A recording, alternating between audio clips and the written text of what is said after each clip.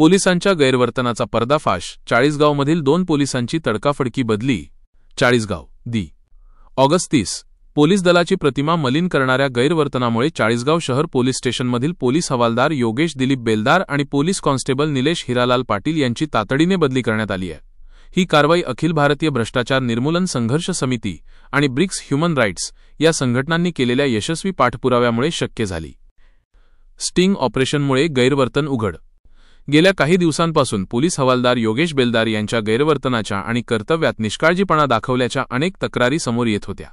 या तक्रारींची गंभीर दखल घेत अखिल भारतीय भ्रष्टाचार निर्मूलन संघर्ष समितीचे अध्यक्ष नवनाथ मांडे आणि ब्रिक्स ह्युमन राईट्सचे अध्यक्ष महेंद्र सूर्यवंशी व बबलू अहिरे यांनी बेलदार यांच्यावर गुप्तपणे पाळत ठेवली. यादरम्यान केलेल्या एका स्टिंग ऑपरेशनमध्ये योगेश बेलदार एका अवैध धंदा चालकासोबत दारू पिताना आढळून आले. या घटनेचा व्हिडिओ चित्रित करून तो MTS 24 न्यूजवर प्रसारित करण्यात आला.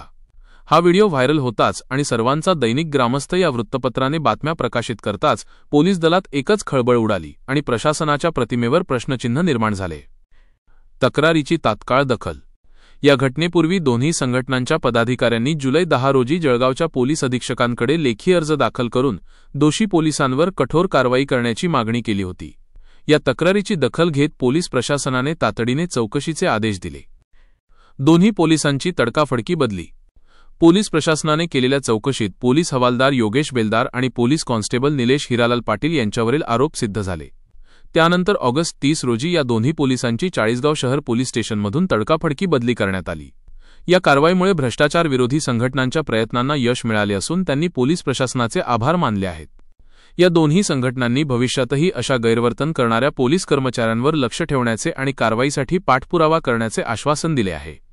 या घटनेमुळे पोलीस दलातील गैरप्रकारांना आळा घालण्यासाठी जनतेच्या सतर्कतेचे आणि सक्रिय सहभागाचे महत्त्व पुन्हा एकदा अधोरेखित झाले आहे.